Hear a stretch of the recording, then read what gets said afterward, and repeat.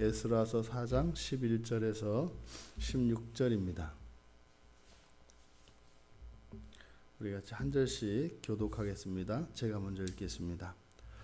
아닥사스다 왕에게 올린 그 글의 초본은 이러하니 강 건너편에 있는 신하들은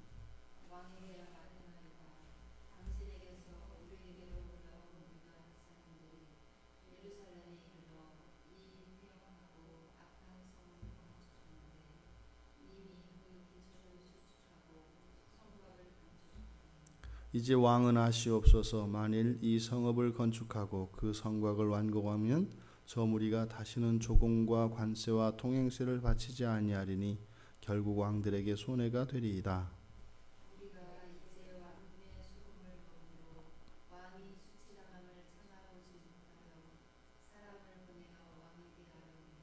왕은 조상들의 사기를 살펴보시면 그 사기에서 이 성읍은 패역한 성읍이라 예로부터 그 중에서 항상 반역하는 일을 행하여 왕들과 각 도에 손해가 된 것을 보시고 아실지라 이 성읍이 무너짐도 이 때문이니이다.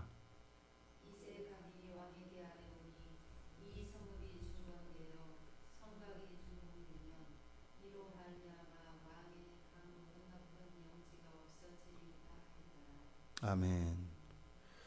오늘 본 말씀은 이들이 고발한 고발장의 내용, 그리고 그 진의, 그들의 의도가 무엇인지, 이렇게 고발하는 의도가 무엇인지를 나타내고 있습니다. 고발장의 내용은 크게 세 가지로 요약할 수 있을 것 같습니다. 첫째로 12절과 15절에서 반복되어지는 것처럼 예루살렘은 패역한 성읍이다, 반역의 땅이다 이 말이죠. 예루살렘은 패역한 성읍이다. 그것에 대한 근거로서 14절과 15절에서 두 가지로 이야기하고 있습니다. 첫 번째 근거로 제시한 것은 그때 당시에 소금이라고 하는 것은 국가의 독점적인 것으로서 필수적인 것이지만 그것은 왕국에 의해서, 이집트 또한 그랬고 바벨론도 마찬가지로 이 소금은 국가에서 전매를 해서 국가에서 관리를 합니다. 그래서 소금을 우리가 당신으로부터 우리가 받아 먹고 있는 처지인데, 이게 무슨 말이냐면 그 보호와 그 은택 아래 있다 이 말입니다. 그래서 그 왕국의 수혜를 입는 자들의 충심 어린 탄원이다. 그러니까 자신들이 그 왕국의 은혜를 크게 누리고 있고 감사하는 사람들인데, 그런 사람들이 고발하는 것이니까 이것은 사실이다. 그래서 그것을 나타내는 게 뭐예요? 예루살렘은 패역한 성읍이다라는 겁니다. 그 다음에 두 번째 이유가 15절에서 이야기한 것처럼 역사책 사기. 이때 당시에도 바벨론에도 여러 도시에 이 역사를 기록한 사고가 있었습니다. 우리나라에도 네 군데의 사고가 있어서 조선시대 때까지 그 역사의, 우리나라 역사를 기록한 사고가 있었죠. 이때도 마찬가지였습니다. 그래서 그 사기를 살펴보면 이스라엘이 어떠한 나라였는지 그것이 기록되어 있을 것이니까 그것을 찾아봐라. 이렇게 자신들의 충심 어린 고발이라고 하는 것과 또 사기에 기록된 이스라엘에 관한 역사적 사실들이 이 예루살렘은 패역한 성읍이라고 하는 것에 대한 근거다라고 얘기하고 있습니다. 두 번째로는 성읍과 성곽을 건축하여 완공되면 조공과 관세 그리고 통행세를 내지 않아서 왕국의 세 수입이 줄어들 것이다. 재정적으로 경제적으로 손해가 될 것이다 라고 하는 내용이 이제 13절에 가 있고, 맨 끝에 16절에 이제는 손해 정도가 아니라 이들이 이제는 강 너머에 그 영지가 다 없어지게 될 것이다 라고 이렇게 세 가지의 내용으로 이 고발장이 구성되어 있습니다. 근데 지금 이들이 이렇게 예루살렘 성읍이 건축되고 성곽이 완공되는 것을 그렇게 반대하는 이유가 무엇이겠는가? 어저께 말씀드렸던 것처럼 지금 여기는 그러니까 성전은 이미 완성된 상태이고 지금 여기서 문제를 삼고 있는 것은 무엇이라고요? 성읍과 성곽입니다. 그러니까 성전을 중심으로 해서 그 주변에 이제 집들이 세워지는 것을 말하는데 이것은 유다 백성들의 본격적인 이주를 말하는 거예요.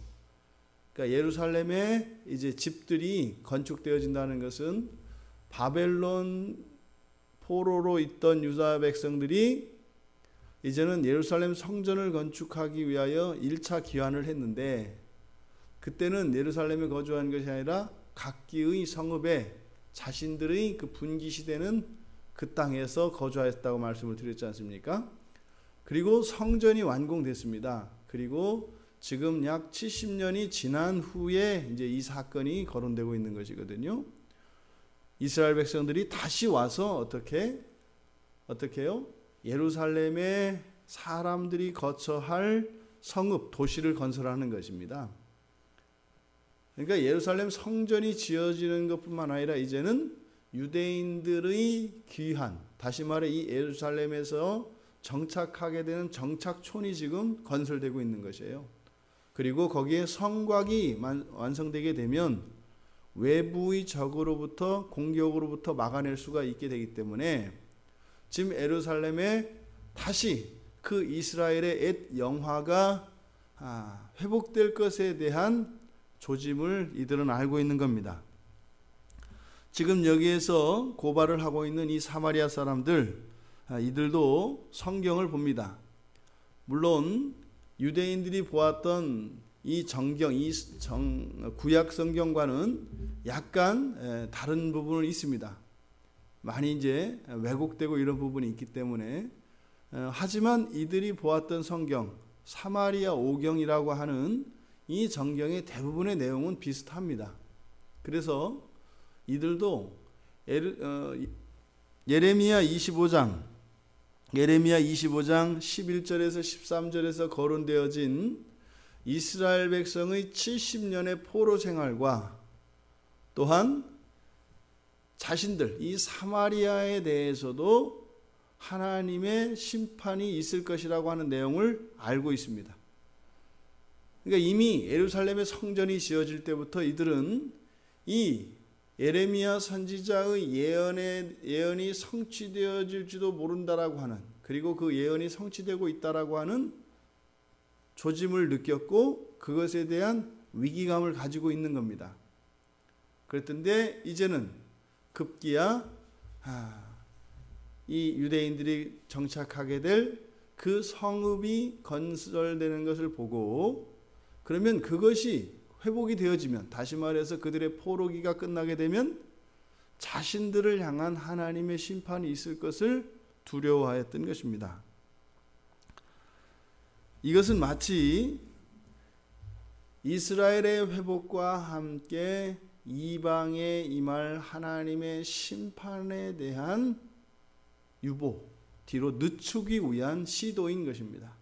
지금은 이 예루살렘을 패역한 성읍이라고 해서 이 성읍이 건설되면 안 되어야 되는 이유로 자신들의 충심 어린 그런 탄원과 또 역사 속에 실제하였던 이스라엘이 강성한 때에 있었던 이스라엘의 역사, 또 실제로 이 유대는 바벨론을 향해서 역사 속에 3번의 반란 사건이 있었습니다.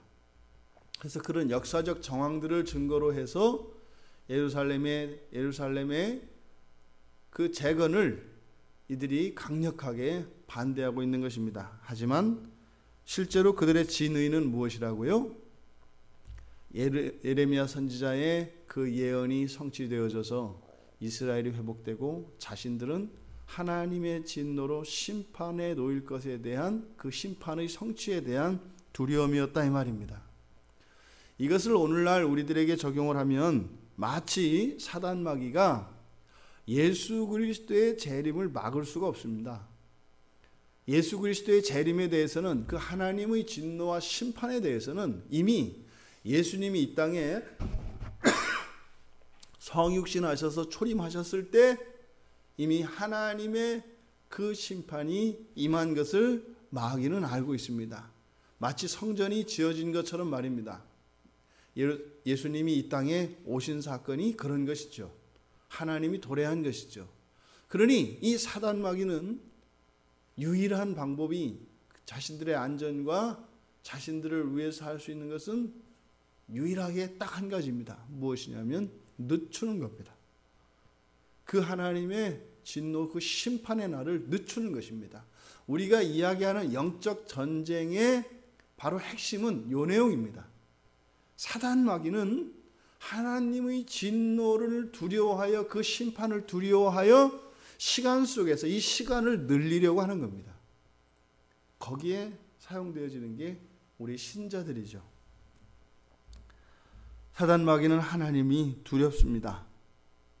그래서 하나님 만나는 날을, 하나님의 심판대 앞에 서는 날을 우리가 상상할 수 없을 정도의 두려움을 가지고 있습니다. 그래서 교회가 세워지는 일을 방해합니다. 그리고 교회가 온전케 되어지는 것, 이것에 대해서는 분을 내는 겁니다. 교회가 정결케 되어지는 것은 하나님께는 기쁨이요 하나님께 영광이 돌려지겠지만 사단 마귀에게는 너무나 싫은 것이고 이것은 분을 내는 것이라고 성경은 이야기를 합니다. 계시록 12장 12절을 보면 그러므로 하늘과 그 가운데 거하는 자들은 즐거워하라. 그러나 땅과 바다는 화해했을진저 이는 마귀가 자기의 때가 얼마 남지 않은 줄을 알므로 크게 분내어 내려갔습니다. 이 마귀의 마귀가 느끼는 공포, 두려움, 그 마지막 심판 날에 대한 거리끼는 마음, 이것이 얼마나 크겠습니까? 하지만 최후는 이 마귀는 불과 유황못에 던져진다고 계시록 20장 10절에 분명히 못 박아두었습니다. 그렇게 저항을 하고 교회를 회방하고 신자들을 괴롭히며 유혹하고 시험에 빠뜨릴지라도 그 시간을 늦춘 것 같을지 몰라도 그날은 반드시 온다는 것입니다. 오히려 하나님의 백성들을 괴롭히고 하나님의 백성들을 시험하여 하나님과 백성들 사이의 관계에 불편하게 하였던 이 모든 것들에 대해서 하나님께서는 응분의 대가를 치르게 하실 것이라고 성경은 약속합니다. 그래서 신자들의 삶 속에서 일어나는 이런 여러 가지 시험들, 유혹들, 그리고 거기에 빠져서 방황하게 되는 이러한 사태들은 사단의 책략입니다. 하지만 이것이 전적으로 사단의 책임만으로 돌릴 수는 없습니다. 왜냐하면 우리가 거듭나는 순간 우리 안에는 성령이 내주하셔서 성령으로 하여 우리가 사단 마귀를 이길 수 있는 그런 능력이 우리에게 주어졌기 때문입니다. 그 능력은 우리의 능력이기보다는 또 다른 보혜사이신 성령 하나님의 의지하여 그분의 능력으로 그렇게 할 수 있는 것을 말합니다. 그래서 우리가 소원하는 것입니다. 죄를 이기기를 소원하고 사단 마귀를 이기기를 소원한다면 성령께서 우리에게 소원을 두고 행하시는 그분의 능력으로 우리의 삶 가운데 그런 승리를 보여주시기 때문입니다. 그래서 베드로 사도는 베드로전서 5장 8절에서 근신하고 깨어 있으라고 이야기를 합니다. 왜요? 대적마귀가 우는 사자같이 다니며 삼킬 자를 찾는다고 해요. 무슨 말입니까? 그냥 무조건 삼키는 것이 아니라 뭐라고요? 삼킬 자를 찾는다고요. 누구예요? 근신하고 깨어있지 않은 자들을 의미하는 것입니다. 그러니까 신자들이 근신하고 깨어있으면 우는 사자와 같이 으르렁 거리지만 그거는 그저 배고파서 우는 것에 불과하다 이 말입니다.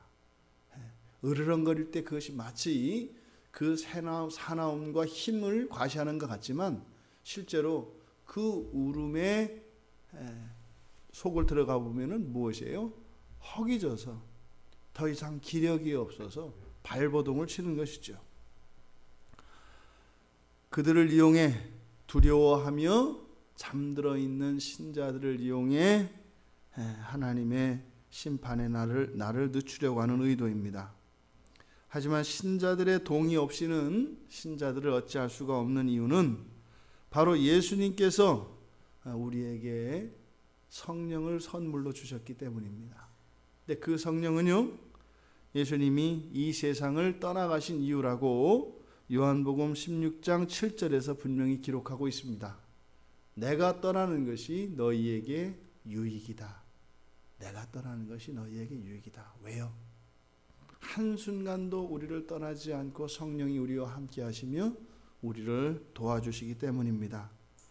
요한복음 14장 16절에서 내가 아버지께 구하겠으니 그가 또 다른 보혜사를 너희에게 주사 영원토록 너희와 함께 있게 하겠다. 성령을 믿고 성령을 의지하면 그 성령이 우는 사자가 우리에게 달려들 수 없도록 우리의 도움이 되어 주신다는 것입니다. 이것은 심지어 우리의 내면에 있는 죄의 문제도 동일합니다. 우리가 성령을 의지하며 그렇게 살아갈 수 있기를 바랍니다. 사단 마귀는 우리를 시험하고 유혹하여 심판의 때를 늦추려고 하겠지만 하나님께서는 그것을 사용하셔서 오히려 우리들을 더욱 거룩하고 온전케 하십니다. 그래서 그러한 시험과 유혹에 대하여 두려워할 것이 아니라 오히려 더 적극적으로 담대히 거기에 맞서 싸우되 성령을 의지하여 기도하며 그 승리 속에서 여러분들 안에 하나님의 형상이 더욱 드러나며 그리스도를 닮아가시는 주님의 자녀들 되시기를 주님의 이름으로 축원드립니다. 기도하겠습니다.